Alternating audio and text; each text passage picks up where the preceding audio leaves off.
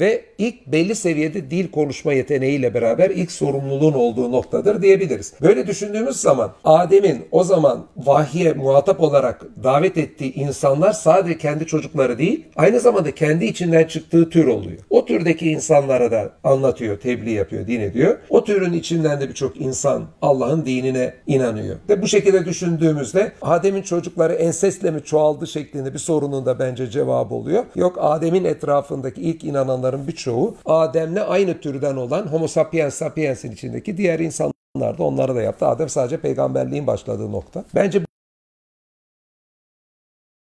bugün din bilim felsefe ilişkisini konuşacağız. Hangi vesileyle? Profesör Doktor Caner Taslaman'la Bugün din bilim felsefe ilişkisini konuşacağız. Hangi vesileyle? Profesör Doktor Caner Taslaman'la. Geçtiğimiz günlerde din evrim ilişkisi üzerine uluslararası bir sempozyum düzenlediler kendileri. Dolayısıyla bu çerçevede din bilim ilişkisini konuşalım istedim. Hoş geldiniz. Hoş bulduk. Nasıl Bülent'ciğim, iyisin inşallah? Ben de iyiyim. Siz de iyisiniz. İyiyiz Allah'a şükür hocam. Geçenlerde ki aslında birkaç yıldır sürüyor değil mi? Din bilim ilişkisi üzerine sempozyumlar düzenliyorsunuz hocam. Evet. Yani ben aslında akademik çalışmalarıma şimdi Boğaziçi Sosyoloji okuduktan sonra Marmara İlahiyat'ta felsefe din bilimlerine geçtim. Hani bu dini konular için akademik çalışmalar yapmayı düşündüm. Yani oradaki yüksek lisans tezim de benim Big Bang teorisi felsefe din ilişkisiydi. Doktora tezim evrim teorisi felsefe din ilişkisiydi. Doçentlikte kuantum teorisi felsefe din ilişkisini inceledim. Profesörlük çalışmalarımın çoğu da bilim din ilişkisiyle alakalı. Yani ben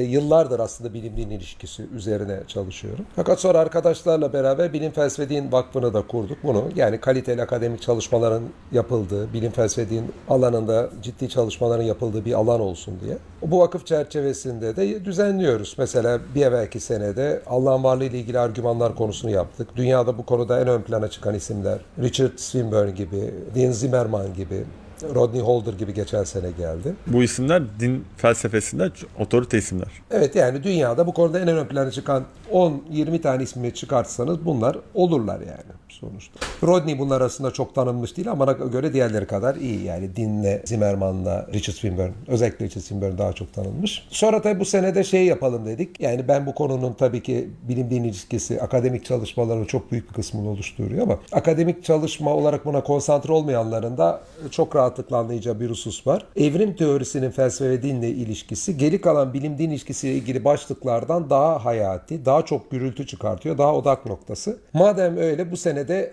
onu yapalım. Yani genel bilim din ilişkisiyle ilgili başlık yerine özel evrim teorisi felsefe din ilişkisi diye başlık atıp bu konuyu işleyelim. Yine bu konuda ön plana çıkan isimleri çağıralım dedik. Ve bu seneki konferansı düzenledik. Konferansta mesela Dennis Alexander vardı Cambridge Üniversitesi'nden. Evrim teorisi din felsefe ilişkisi üzerine en çok yazı yazan, en çok çalışma yapan kişilerden birisi. Onun yanında Edinburgh Üniversitesi'nden Bethany vardı. Hayvanların acı çekmesi, hayvanlarda acı var mı? Biraz hem kötülük sorunu hem evrim, bu ikisine de ilişkili bir konu sundu. Bunun yanında İslam dünyasından da Şuayb, yine Edinburgh Üniversitesi yeni işe başladı. Bunlar ikisi de teoloji bölümündeler orada. Şuayb de geldi. 3 kişi böyle yurt dışından vardı. Türkiye'den Mustafa Sözen Hoca vardı. Kendisi de çok aktif bir biyologumuz Türkiye'de. Sahada çalışmalarıyla meşhur. Zonguldak'ta bölüm başkanı biyolojide. Bunun yanında bilim din ilişkisi bana göre Türkiye'nin en iyi isimlerinden birisi olan Alper Bilgili hocamız vardı. O da bu konuda sundu. Emre hocamız da yıllardır bu konuda araştırmalar yapar. Emre Dorman hocamız. Zaten Emre Dorman'la Alper Bilgili'nin misafiriydik. Onlar Acıbadem Üniversitesi'ne sağ olsunlar salonunu ayarlamışlardı. Diğer bir konuşmacı da bendim. Öyle bir 7 kişilik bir konuşma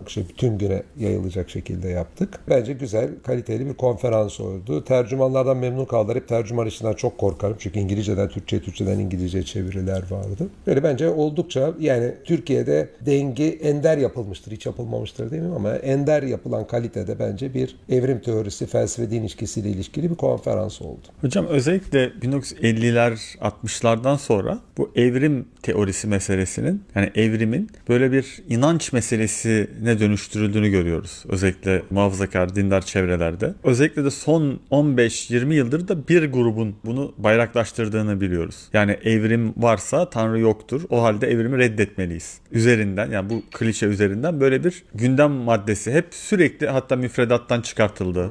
Yani evrim böyle böyle din karşıtlığı ya da ateizmin bir argümanı olarak algılanıyordu. Dolayısıyla sizin bu yaptığınız sempozyum o açıdan bir üçüncü ses mi, üçüncü yol mu? Hocam çok önemli hususa bence parmak bastın hocam. Bir de yani çok önemli husus böyle röportajlarda hani biraz da çok kullanılan bir sözcüktür. Yani ondan çok da sulandırılır. Bu sefer öyle değil. Gerçek anlamda çok önemli bir hususa bence parmak bastın. Bana göre din adına yapılan en büyük hatalardan birini say deseler 2-3 hata. Ateizmi evrimle özdeşleştirenlerin yaptığını kabullenmektir. Yapılabilecek en büyük hatalardan birisi. Bu dine atılan büyük bir kazıktır. Bu din derken Hristiyanlık içinde, İslam içinde, Yahudilik içinde aynısı geçerli. Bunun niye böyle olduğunu konferans boyunca anlattık. Yani burada tabii çok uzun detaylara girmeyeceğim. Benim bu konuyla ilgili 2 tane de kitabım var. Birisi doktora tezimin olduğu Evrim Felsefe ve Tanrı kitabı. Diğeri bir Müslüman evrimci olabilir mi kitabı. İkisinin de pdf'i canertaslaman.com'da var. Oradan bakabilirler. Niye kazık? Çünkü İslam'ın içinde evrimi reddetmeyi gerektiren bana göre en ufacık bir unsur yok. Allah yarattığını söylüyor, nasıl yarattığını söylemiyor. Evrim nasıl bir sürecin olduğunu anlatan bir teori. Sonuçta hiçbir Müslüman Allah'ın süreçle yaratmasına düşman olması mümkün değil. Nedeni de çok basit. Ben hemen birine şöyle soru soruyorum. Sence seni Allah mı yarattı diyorum. Kişi Müslümansa. Evet, beni Allah yarattı diyorum. Senin annen baban yok mu? Deden yok mu? Annen seni karnında taşımadı mı? Taşıdı. Bunlar süreç değil mi? Süreç. Demek ki sen o zaman süreçle Allah seni yaratmasını, Allah'ın yaratmasına aykırı görmüyorsun. Deden içinde, baban içinde görmüyorsun. Milyarlarca insan da dünyada hepsini Allah yarattı diyorsun. Hepsinin arkasında bir süreç var. Diyorsun ki sürecin sahibi Allah. Bak doğru konuşuyorsun burada. Aynı şeyi inekler için sorsam, kediler, köpekler için şu kediyi, şu köpeği, şu ineği Allah yarattı mı? Evet diyeceksin. Onlar için de bir süreç var. Sonuçta süreçle yaratmanın Allah'ın yaratmasına aykırı olmadığını görüyorsun ve kabulleniyorsun. Peki o zaman ilk insan süreçsiz yaratılmıştır diye ısrarın Kur'ani, İslami kaynağı ne? Çünkü Allah ilk insan için yarattım demiyor ki. Hepiniz Allah yarattı diyor. Kur'an'a göre sütü de size Allah içirdi diye geçiyor. Yani Allah sütü size içirdim derken Kur'an'da ineğin memesinden sütün çıkmadığını, ineğin ot yemediğini, evde birilerinin sütü işte kaynatmadığını mı kastediyor? Bunu böyle anlayan bir İslam düşünürü demeyeyim yani. Müslüman olmuş mu bugüne kadar Allah size süt içiriyorum derken? Olmamış. Sonuçta biz hep süreçle yaratmanın Allah'ın yaratmasına aykırı olmadığını kabul ediyoruz. Zaten bunu kabul etmesek şöyle bir çay içtiğinde insan elhamdülillah diyemez. Çayı kaynatan var, toplayan var. Niye o zaman elhamdülillah diyorsun süreçte yaratma Allah'ın yaratmasına aykırıysa? Gayet tutarlıyız süreçte yaratmayı kabul etmekte. Elhamdülillah diyorsak. Ama süreçle yaratmayı biz etrafımızda gözlemlediğimizi söylüyorsak, bunu Allah'ın yaratması aykırı olmadığını söylüyorsak, ilk insanla ilgili süreçsiz yaratma olmalıdır ısrarımızın bana göre en ufacık mantıklı bir sebebi yok. Orada ama şöyle bir çatışma doğuyor. Yani en azından evrimi kabul etmeyen ya da işte bunu dine ters olarak gören dindarlarda. Ama işte bir Hazreti Adem var. O zaman tırnak içinde Hazreti Adem'in babası mı var? Yani Hazreti Adem'in öncesini kabul etmenin Adem kıssasını ya da işte kutsal metinlerde Tevrat'ta ve Kur'an'daki bu Adem kıssasını reddetmek, inkar etmek olabileceğini düşünüyor belki de bu insanlar. Bunu düşünüyorlar ama bunun da bir şey yok. Çünkü Allah mesela diyor ki Zekeriya, Hazreti Zekeriya Kur'an seni hiçten yarattık diyor. Bakın Kur'an Zekeriya'yı hiçten yaratıldığını Ali İmran suresinde söylerken bir kişi bile Zekeriya'nın annesi babası yoktur diye anlamamış. Bak hiçten yaratma ifadesi olmasına rağmen. Çünkü daha ve Zekeriya'da evren de yoktu. Bütün o süreçleri de Allah yarattı diye görmüş. Şimdi Adem'i yarattık ifadesinin neresi Adem'in annesi babası yoktur anlamına geliyor. Şimdi vardır anlamına gelmiyor diyebilir misin? De yoktur anlamına gelmiyor. Evrimi reddetmek zorundayız diyen sizsiniz. Yani artık neredeyse adamlara şey diye soruyoruz. Allah isterse evrimle yaratabilir mi diye soruyoruz. Çünkü bir kısım öyle bir cümleler ediyor ki bazen sanki Allah istese de evrimle yaratamaz. Haşa. Anlamına gelecek yere kadar lafı getiriyorlar. Kur'an'da Adem'i Allah'ın yaratması geçerken hiçbir yerde Adem'in annesi babası olup olmadığı gibi bir başlık yok. Zekeriya'da olmadığı gibi. Annesi babası olması da mümkün. Kur'an açıdan birisi yok diyorsa onda da sorun yok. Ama pekala şöyle bir şey bugünkü anlatılan biyolojik evrim teorisinin bulgularıyla Kur'an'ın anlattığı arasında şöyle bir ortak zemin bulunabilir. Bakın bu ortak zemin Kur'an'dan çıkıyor demiyorum. Ama Kur'an'a aykırı değil. Yani Kur'an'dan çıkan şeyle Kur'an'a aykırı olmayanın farkına da iayet etmek lazım. İşte Homo sapiens sapiens bizim dış görünümüzle insan 300 bin yıl kadar önce ortaya çıktı. Bunun içerisinde bir yerde insan dediğimiz unsur Adem'le başladı. İnsandan kasıt ne halife olmasından? Bana göre sorumluluğun başladığı nokta Adem. Zaten bu yüzden de melekler de soruyorlar. Allah'ım işte yani kan dökecek, ortalığı karıştıracak bir de niye böyle bir vazife veriyorsun diyor. Melekler anlamayıp soruyorlar. Hatta insanla ilgili ilk soru Kur'an'da bize aktarılan bu. Şunu diyoruz her zaman. Yani insanla ilgili aktarılan ilk soru felsefi açıdan bakarsak kötülük sorunu. Çünkü melekler kötülük yapma potansiyeli bir insanın neden böyle bir vazifeyle yaratılır? Peki o vazife ne baktığımızda? İnsanı diğer hayvanlardan ayırt eden vazife ne? İradesinin olması ve sorumlu varlık olması. Değil mi? İslami açıdan önemli vazife. Yani demek ki Adem'i burada insan türünün ilk yaratılması değil, sorumluluğun ilk başladığı nokta olarak görmek lazım. Bir de üstelik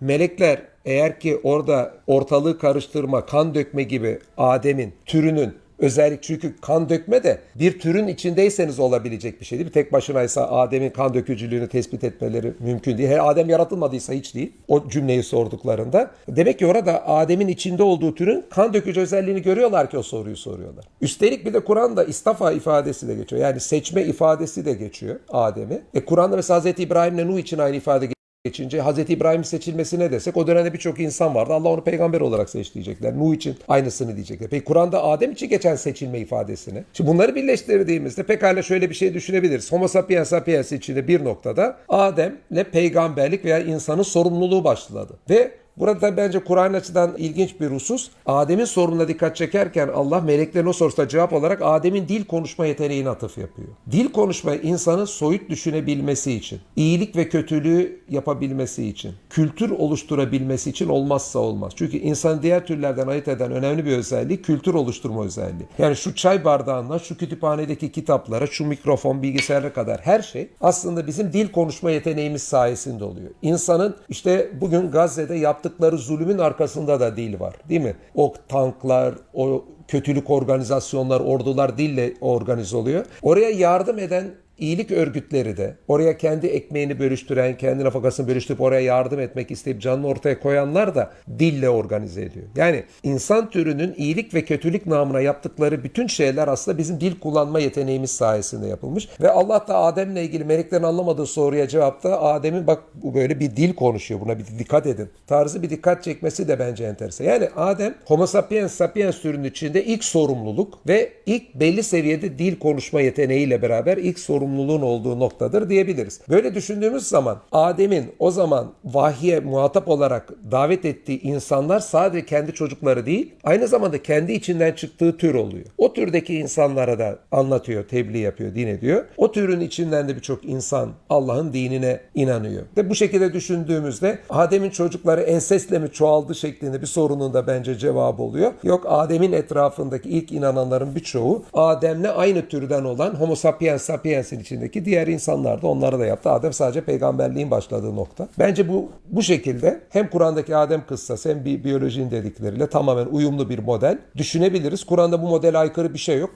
Bu modelin ama detayları da Kur'an'dan çıkmıyor. Yani birisi bu modeli inkar ederse de İslam'a karşı gelmiştir diyemeyiz. Ama bu model dediğim gibi Kur'an'a aykırı da bir husus yok. Tabii bu daha geniş anlamda, yani evrimden biraz daha genişletirsek din bilim ilişkisi, akıl vahiy ilişkisiyle de alakalı. Çünkü Türkiye'de ve dünyanın birçok yerinde dinin akıl işi olmadığı, inanç işi, yani daha böyle fideist bir şey öne sürülüyor. Yani din akıl işi değildir, sorgulama işi değildir. Biz inanırız yani sadece. Yani inanç böyle bir temenni şeklinde algılanıyor. Biraz Hristiyanlıktan da mülhem bir şey sanırım bu. Bu da bilim yapan insanların ya da bilime yoğunlaşan insanların dinden uzaklaşmasına ya da dini hayatlarında çok da yer vermemesi gibi bir sonuçla karşımıza çıkıyor. Türkiye'de de uzun yıllar bu din bilim çatışması tartışıldı, konuşuldu.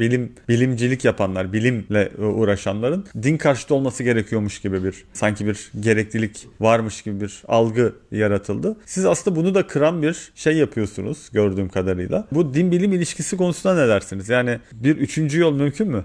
Dediğin gibi burada da kabaca yolları illa 3 diyorsan 3'e ayıralım. Üçüncü yol olarak yani kabaca bilimle din ilişkisi için bir yol. Türkiye'deki işte klasik ateistlerin olduğu, televizyonda bir iki tanesi var işte gözüken. Klasik Türk ateisti de, yani yaygın Türk ateistinin ateizmi de pozitivizm ateizmidir. Bu nedir? Yani bilimle dinin çelişkili olduğunu söyleyip bilimsel verilerle dinin otoritesini yok etmeye çalışma. Yani Türk ateistinin en yaygın versiyonu da budur. Bu bilim din çelişkili diyen grup. Buna karşılık Türk ilahiyatçısının ve birçok felsefecinin almaya çalıştığı tavır bilim din ilişkisinde kompartmantalizasyon dediği dediğimiz, yani çelişki diyenlere karşı ayrışma modelidir. Yani bilim din o kadar ayrı ki hiçbir ortak noktaları yok. En ufacık bir noktada birbirine teğet geçmiyorlar ki din abdestten bahseder, hayatın anlamından bahseder, ahlaktan bahseder. Bilimin ahlak hakkında söyleyebileceği bir şey yok. Yani bir insanın öldürmenin kötü olduğunu bilim söyleyemez. Estetik hakkında bilim bir şey söyleyemez. Hayatın anlamı hakkında hiçbir şey söyleyemez. Abdest hakkında bilimin söyleyeceği bir şey yok. Dinin ise biyoloji, canlılar, evren, bu konularda söyleyeceği hiçbir şey yok. O kadar ayrı alanlar ki tamamen bu kadar ayrı alanların çatıştığı bir şey de olamaz. Klasik Türk ilahiyatçısı genelde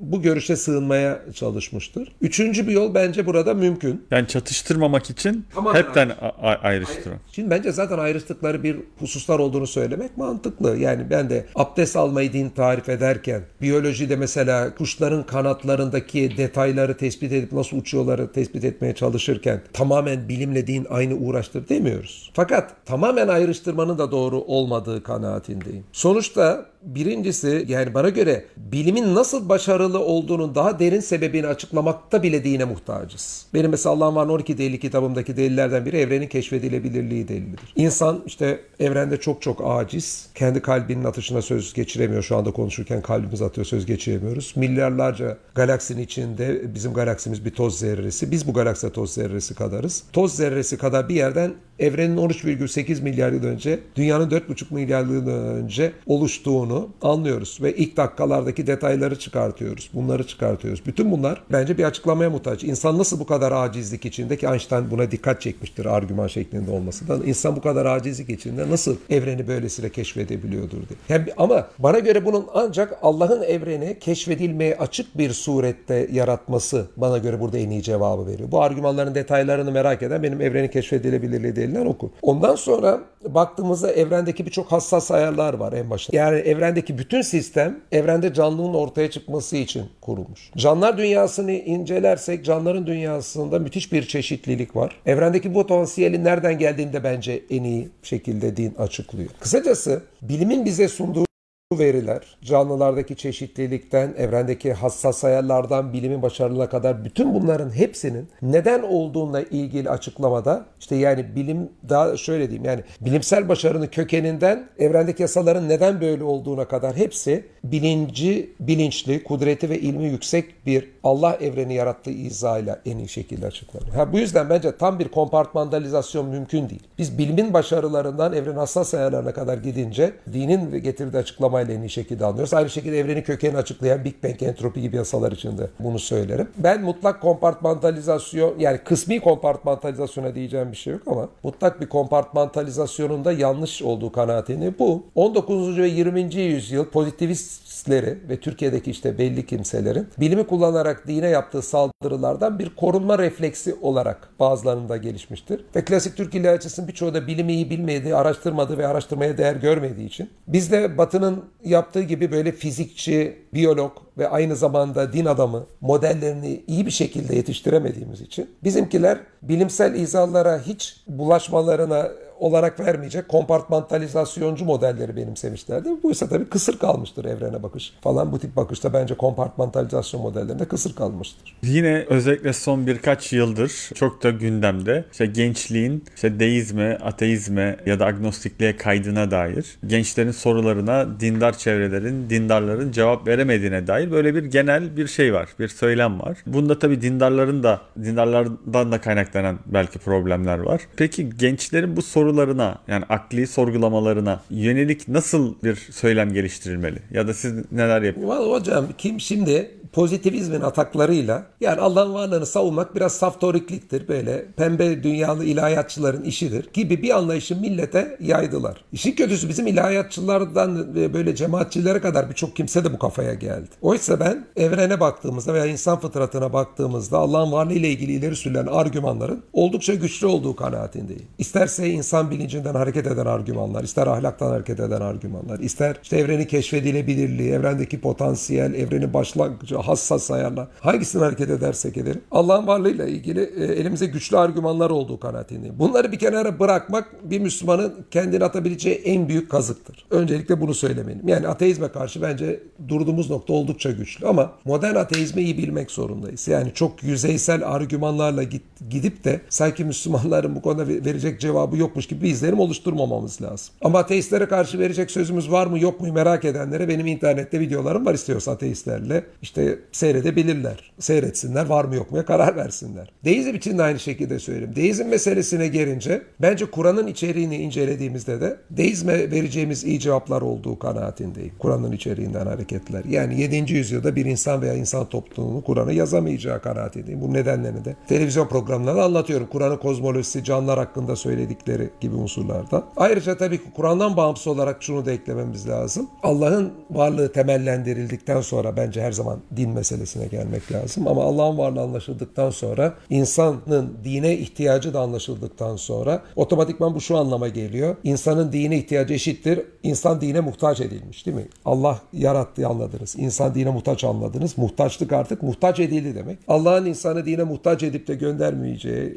beklentisini ben çok kötü bir beklenti olduğu kanaatindeyim. Yani deizmin beklentisinin. Yani Kur'an'dan bağımsız olarak bir insan fıtratından başta dinin olması gerektiğini Allah'ın göndereceğine bence argümanlar kurulabilir ama temelde Kur'an'ın içeriği bence deizme cevap vermek için oldukça yeterli. Benim de bu konuda Neden Müslümanım kitabım var. Yine internette PDF'i var. YouTube'da sesli kitabı var. Oradan bence bu argümanlara bakabilirler, detaylarını öğrenebilirler. Tabii sizin sadece ateist, deist, agnostik gibi yani İslam dışı, din dışı kesimlerle değil bu anlamda iletişiminiz. Geleneksel hatta gelenekçi dini gruplarla da böyle karşılaşmalarınız, tartışmalarınız oldu geçmişte. Hatta canlı yayınlara çıktınız. Özellikle bu hadis meselesi, gelenek, mezhep meselesi konusunda daha önce böyle ciddi böyle tartışmalarla sizi gördük. O kesimlerde bir değişim, bir farklılaşma görüyor musunuz? Evet. Aranız nasıl? Yani çünkü daha önce yani ilmi açıdan tartıştınız ama insani olarak ilişkilerinizin iyi olduğunu biliyoruz. Hani tartışmaya çıkan isimlerle. Şu an nasıl? Görüşüyor musunuz? İletişim nasıl? Şöyle diyeyim. Ya işin doğrusu hocam yani benim gönlümde yatan şey olurdu yani. Tamamen ateizmle ve deizmle ilgili tartışmalarda kalıp İslam'ın iç tartışmalarına hiç girmemek olurdu. Yani benim gönlümde yatan buydu. Fakat yani öyle meseleler var ki şimdi gelince bu ateizmle ilgili meseleler hani tamam din diyoruz. Din deyince biz neden din olması gerektiği Kur'an içeriği diyoruz. Sonra dinle ilgili mesela şuna benzer 4-5 soru geliyor. İşte taşlayarak öldürülme dinde var mı? Dinden dönenin öldürülmesi İslam'da var mı? Müzik haram mı? Gibi birçok soru geliyor. Şimdi bu sorulara Kur'an'ı merkeze alırsak vereceğimiz cevapla Kur'an dışında geri kalan kaynaklarda ortaya konulan unsurları da Kur'an gibi kabul edersek verecek cevaplar arasında büyük bir fark var. Mesela müziğin ilgili Kur'an'da en ufacık bir haram yokken diğer kaynaklarda müziğin hem helalliğiyle ilgili izahlar var hem haramlığıyla ilgili birçok izah var. İkisi de var. Ama bayağı bir kesim haramlığını seçmiş. İzahını seçmiş. Dinden dönenin öldürülmesi gerektiği fikri Kur'an'dan zıt bir görüş olmasına rağmen literatürde ağır basan görüş işin kötüsü. Namaz kılmayanın öldürülmesi gerektiği Kur'an'a yine zıt bir görüş olmasına rağmen, Kur'an birçok ayetiyle çelişmesine rağmen piyasada hakim bir görüş. Zina yapanın taşlanarak öldürülmesi Kur'an'da ayetlerle çelişmesine rağmen hakim görüş. Şimdi burada tabii ki o zaman neden şimdi ben dinden dönenin öldürülmesi yok. Namaz kılmamakta herkes özgür dünyada ahirette hesabını verir. Yani onun öldürülmesi yanlıştır. Açıkladığımızda otomatikman hadis ve fıkıh literatüründe dine birçok eklemeler geldiğini açıklamak zorunda kalıyoruz. Bunları açıkladığımız zaman özellikle bu kaynaklar üzerinde dini anlatan Türkiye'de bir kesim var. Onlarla çatışma durumunda kalıyoruz. Yani ben işin doğrusu gerçekten hiçbir Müslümanla çatışmak istemezdim gönül dünyamda. Bir de ben çatışmadaki benim yani bir farklı olduğum, bana yakın düşünen hocalardan da olduğum hususlardan biri. Ben çatışmaya rağmen de hiç kimseyi hiçbir zaman için tekfir etmedim. Yani tartıştığım hocalar isimlerini anmayayım ama hiçbiri işte kafirdir, müşriktir, şudur budur. Evet, ben şu argümanı yanlış bence dedim. Kimin ne olduğunu Allah bilir. Ben sadece argümanların yanlış olmasıyla ilgileniyorum. Yani milleti tekfir etme müessesesi olarak çalışmayı da çok zararlı buluyorum. Aynı zamanda Cübbeli Hoca ile mesela ne bileyim tartıştık ama bir camide namaz kıldırdığını görsem ben o camiye girmiş olsam arkasında namaz kılarım. Ebu Bekir Sifi ile tartışmam herhalde en meşhur tartışmamız o. Orada işte namazın girişinden 4-5 dakika sonra işte tartışma olacaktı. Orada küçük bir oda var. Bir ben odaya girdim namaz kılmaya. Baktım namaz kıldırıyor. Hemen arkasında durdum Ebu Bekir Hocam. Fikirlerini biliyordum yani. Şiilere gittik İran'da. Bir daha davet oldu. Onlarla orada birçok konuda tartıştık, onların en temel inançlarında, ama ben onların arkasında da namaz kılmakta sorun görmedim. Yani ben her zaman için tekfirciliğe karşı oldum. Hiçbir zaman tekfircilik yapmamaya özen gösteriyorum. Yani videolarımı seyredenler bakarlar. Hani bunu yapmak deliliktir, şudur, budur gibi ifadeler kullansam da hiçbir zaman için bu müşriktir, bu kafirdir falan filan diye bir kategorileşmeye hiç gitmedim. Caner Hocam, burada şöyle bir itiraz geliyor bu sefer. Yani siz diyorsunuz ya, bu Kur'an'dakiyle işte daha sonra gelenekteki uygulama çelişiyor. Ve dolayısıyla biz Kur'an'dakini anlatıyoruz.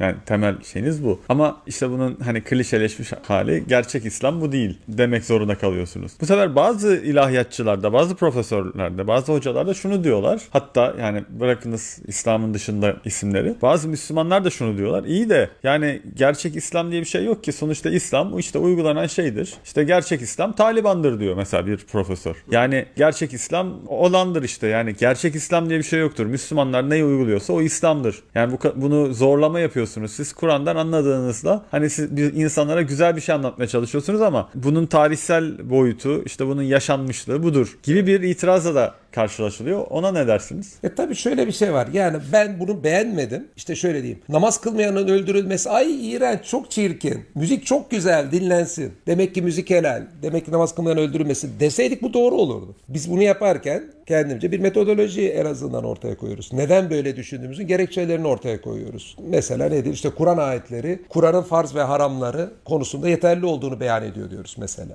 Tabii tüm bunlar hepsi tartışılabilir ama en azından iddiamız bu. Kur'an ayetlerine baktığımızda Kur'an'ın her şeyi açıkladığı ifadelerinden, işte Nahl suresine veya diğerlerinden veya Kur'an'ın mufassal olduğu gibi ifadelerden Kur'an'ın bütün farz ve haramları ifade ettiğini çıkması gerekir. İşte o haram müzik helaldir diyorsa Kur'an'ın haramın çıkmadığı çok açık olduğu içindir. Değil. Buna benzer argümanlara dayandırırız. Yani ben bunu beğenmedim. Ay bu moderniteye uymuyor. Çok kötü. Ondan bunu kırayalım tarzı bir yaklaşım içinde değiliz. Bu metodoloji çerçevesinde ayıklamaya çalışıyoruz. Bir, işte Kur'an ayetlerinin buna izin vermesi. İkincisi, hadis literatürüne baktığımızda hadislerin bir toplanma şekli. İki, hadislerin iç yapısından dolayı Allah'ın dininin kaynağı olmaya layık olmadığı iddiasındayım ben. Niye? Çünkü hadisler bir Kur'an'la çelişiyor. İki, kendi içlerinde çelişiyor. Üç, mantıkla çelişiyor. Ama tarihsel bir kaynak olamaz mı? Tarihsel kaynak olabilir. Tarihsel kaynak olabilir. Ben zaten o yüzden diyorum. Yani Kur'an'a benim yaklaşım. Tabi bu niye böyle olduğu ayrıca sonra... Kur'an gibi bir ölçü, bir kaynak olamaz diyorsun. Tabii Kur'an bana göre dinin farzını, haramını ifade eden komple kaynak. Hadislerse Kur'an'ı peygamberin nasıl uyguladı veya tarih içinde Müslümanlar ne yaptığını anlamada bana göre bir kaynak. Ama niye mesela müzik haramdır diyorum o zaman? Kur'an her şeyi açıklıyor tip ifadeleri şunu getiriyor. Yani ki bu birçok mezhepte de ifade edilen, yani açıklanmayan her şey helaldir ifadesi ki Kur'an'daki ayetlerden de bu çıkıyor işte. Açıklanınca hoşunuza gitmeyecek şeyleri sormayın. Maide 101 gibi. Kur'an indirilirken sorarsanız açıklanır. Oysa Allah onları bağışlamıştır. Allah Kur'an'da açıklamayan her şeyin bağışlanıp insanlara bırakıldığını ifade ediyor. Ben bakıyorum Kur'an'da müzik diye bir haram yok. O yüzden diyorum ki hadi şimdi müzik dinlenebilir. O hadis literatürüne baktığımızda ne var? Buna zıt ifadeler var. O zaman onun uydurma oluşu ve kendi içinde de zıt ifade var. Çünkü peygamberin müzik dinlediği de var. Eşiyle diğer taraftan gün gelecek işte telli sazlarla müziği helal kılacaklar tarzı bir ifadeyle müziği haramlaştırmaya çalışanlar da görüyoruz. İslam düşünce tarihine baktığımızda Endülüs'te birçok yerde işte Müslümanların müzikle de iştigal ettiğini görüyoruz. Yani İslam'ın içinde müziği helal olduğunu savunan da bir şey var ama karşıtını diyenler olmuş. Aşağı yukarı benim söylediğim her şey İslam tarihinde bir yerde söylenmiş. Mesela ben kabir azabının olmadığını söylüyorum. Kur'an'dan çıkmayacağını söylüyorum. Mutezile zamanında bunu savunmuş. Midye karidesin yenebileceğini söylüyorum. Şafii mezhebine göre zaten öyle. Veyahut da ne bileyim yani kimi söylediğimiz şeyler Şiiliğin içinde öyle. Kimisi Ehl-i Sünnet'in bir mezhebinde öyle. Yani söylediğimiz hususlardan böyle yepyeni ilk defa söylenmiş bir şey yok. Ben mesela rejim yoktur demin dedik. Namaz kıldığı yanına öldürülmesi yok dedik. Bakıyorsunuz bu ilk dönemde hariciler rejmin olmadığını söylemişler. Namaz kılmayanın öldürmenin ile ilgili de yani bu konuda da yanlış olduğunu söyleyenler olmuş elbette. Kısacası söylediğimiz hiçbir husus ilk defa söylenen bir şey değil. Ama önemli olan bence burada metodolojiyi ortaya koymak. Yani Kur'an'da olmayan haram değildir. Kur'an'da olmayan farz değildir. Hadisler burada ümmetin uygulamasını anlamak için bence neden kullanılması? Bir siyer bilgisinde özellikle. Şunun için sordum bunu. Çünkü siz bu ve benzeri açıklamalar yaptığınızda ya da yazdığınızda şöyle bir tepkiyle karşılaşıyorsunuz. İşte hadis inkarcısı. Siz hadisleri inkar ediyorsunuz. Dolayısıyla peygamberi inkar ediyorsunuz. Sünneti inkar ediyorsunuz gibi bir karşı çıkış var. Bunun için sordum. Yani siz o zaman yani bir siyer bilgisi olarak, tarihi bir bilgi olarak hadis metinleriyle bir sorunuz yok. Şimdi bir hadis inkarcısı denmesi... Kur'an gibi değerlendirilmemesi gerekir diyorsunuz. Tabii Yanlış ki. anlamadıysam. Tabii ki. Yani dinin farz aramda kaynağı değil diyorum. Şimdi buradaki tabii ki hadis inkarcısı lafı da doğru değil ama bir derece. Şimdi peygamber inkarcısı lafının tamamen taktiksel bir sahtekarlık olduğu kanaatindeyim. Dediğin gibi bunu söylüyorlar. Yani şimdi benim yazdığım Neden Müslümanım kitabım var. İslam'a inanmanın delillerini yazmışım. Bu delillerden bir tanesi de Hz. Muhammed'in tarihte başardıkları. Ve zaten Kur'an'ı indiren Hz. Muhammed. Çok açık bir şekilde benim hadisleri inkar etme sebebim bir kısmını inkar ettiğim hadisleri peygamberin bunu söylemesine imkan yoktur anlamına geliyor. Yani bu aslında çok açık belli. Bunu yani bana peygamber inkarcısı diyenler de belli. Fakat adamlar şöyle düşünüyor. Olayın gerçeğini anlatsalar deseler ki işte Caner peygamberin belli hadisleri söyleyemeyeceğini bu yüzden bu hadislerin işte uydurma olduğunu iddia ediyor diye söyleseler yeterince taraftar bulamayacaklarını düşündükleri için kitleleri bize karşı kışkırtmak için benim gibi düşünen hocalara karşı işte ne bileyim Şaban Ali Düzgün, Mehmet Okuyan gibi hocalara karşı vay bunlar peygamber inkarcısı gibi sahte retoriklerin arkasına sığınıyorlar. Oysa benim hayatım zaten İslam'ın Allah'ın gönderdiğini olduğunu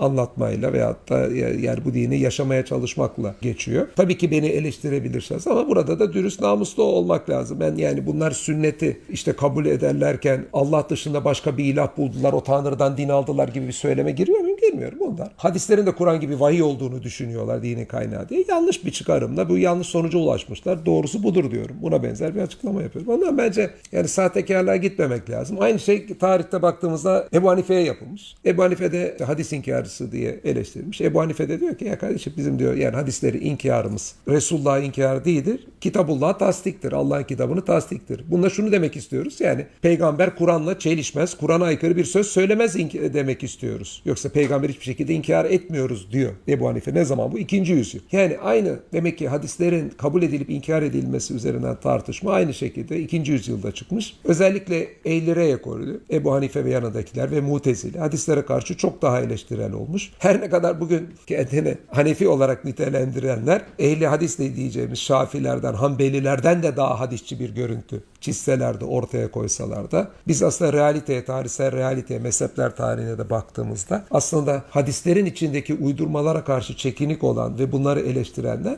aslında Ehl-i ekol, Ebu Hanife'nin olduğu ekol olmuş. Yani şey olmuş. Ha peki Ebu Hanife'ye de diyorlar mı bu şahıslar? Peygamberi inkar etmeye kalktı diye. Ha Buhari buna benzer şeyler söylemiş Ebu Hanife için. Bu ümmetin şerri en fazla kişisi olarak Ebu Hanife'yi nitelendirmiş. Bu şahıslar Hanefiyim derken Buhari'yi kucaklamakta. Buhari'yi de Kur'an'dan sonraki en sayık kitabın yazarı olmakta bir sorun görmüyorlar. Ama Ebu Hanife'ye o eleştirileri yapmayıp bize gelince bu sefer yani hadisleri peygamber bunları söylemez diye söylemeyeceğini zannederek inkar etti deme dürüstlüğünü göstermiyorlar. Peygamberi inkar etmeye çalışıyor gibi. Bence çok uyduruk bir şey söylüyorlar.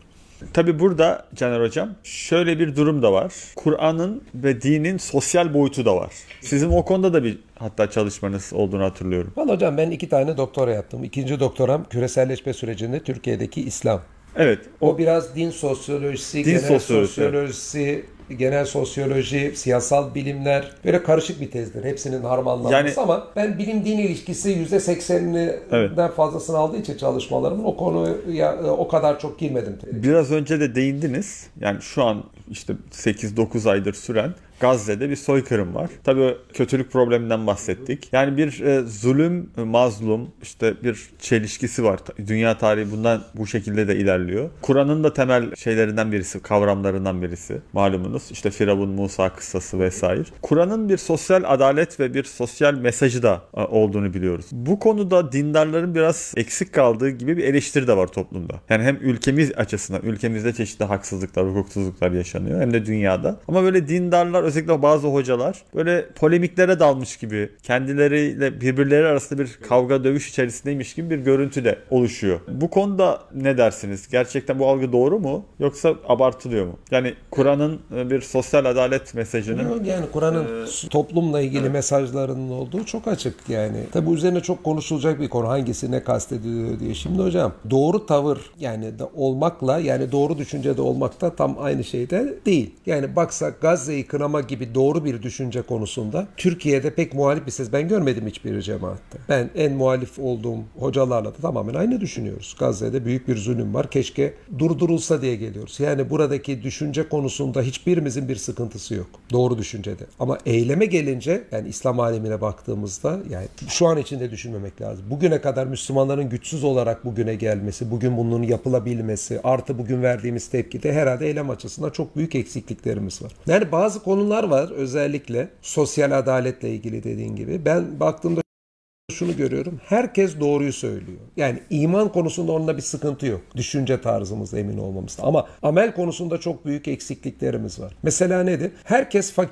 fakirliğinin giderilmesi gerektiğini söylüyor. Patronun işçisinin hakkını yememesi gerektiğini herkes söylüyor. Toplumdaki mahkemelerden siyasetçilere kadar veyahut da belli yerde otoritesi olan kişilere kadar adaletli olunması gerektiğini herkes söylüyor. Burada işte herhangi bir mezhebe atıfla, herhangi bir ülkeye atıfla yanlış bir şey söyleyene pek rastlamıyoruz. Değil mi? Yani Türkiye'nin farklı illerinde, ilçelerinde, farklı tarikatta, farklı mezheplerinde ben burada yanlış söyleyen yok. Ben hiçbir tarikattan da, mezhepten de eleştirdiğimiz veya hiçbir ilahiyat hocasında da işte fakirlik önemsizdir, adalet önemsizdir dediğimi görmüyorum. Herkes doğruyu söylüyor. Ama eyleme gelince bakıyoruz ki oldukça ciddi eksikliklerimiz var. Yani Müslümanların birçoğu bolluk içinde yüzerken kendi imkanlarını başkalarıyla paylaşmıyorlar. Yani söylemle ilgili bir sıkıntı yok. Yani uygulamaya geldi veya adaletle ilgili herkesin söylemi doğruyken görüyoruz ki oldukça adaletsiz davranılıyor. Burada tabii ki ayrıca şimdi tartışmalar genelde biraz şey üzerine olur. Yani bir düşüncede bir farklılık varken. Yani şimdi birisi bilim din ilişkisi önemsiz diyorsa ateizm ki diyenler var. O zaman bunu anlatmaya mantıksal delillerle söylüyoruz. Şimdi fakirlikle ilgili neyi tartışacağız ki? Yani bunun ancak televizyonda arada bir teşvik ediyoruz. Ya kimse haksızsın demiyor ki. Haydi fakir mesela biz Ramazan programlarında Emre hocamla çok ona önem veririz. Ama ne yapıp edip fakirlere yardım, depremzedeler var. Bunu vurgulayalım, halka hatırlatalım. Şu program bize nasip edilmiş. Belki bir hayırda katkımız olur diye her sene bunu yapıyoruz. Ama bunu çok uzatacağım bir şey yok ki. Zaten herkes doğrusun diyor. Sadece bir hatırlatma bizimki. Yani orada bir farklı bir fikir beyan etmek değil. Yani kısacası